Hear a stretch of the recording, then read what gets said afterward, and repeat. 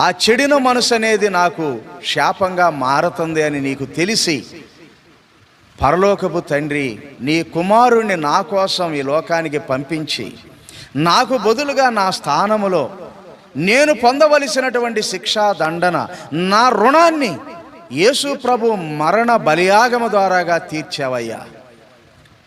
ప్రభువా, నా మనసుని నూతనపరిచావు. ఈరోజు నాలో చెడు అనేది ఎక్కడా లేకుండా చేసావయ్యా. నన్ను మార్చావు ప్రభువా అని నీలో ఈ కార్యం జరిగితే ఆరాధించు, లేకపోతే నోరు మూసుకొని కూర్చో.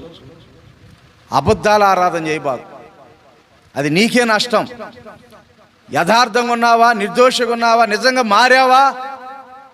ఒకవేళ ఈ రోజు నుంచి ఇప్పుడు ఈ ఆరాధనలో నువ్వు విన్న మాటలను బట్టి ఒకవేళ మారాలనేటటువంటి తాత్పర్యం నీకుంటే, మారతానని ఒక వడంబడికుంటే వెలుగెత్తి ఆరాధించు.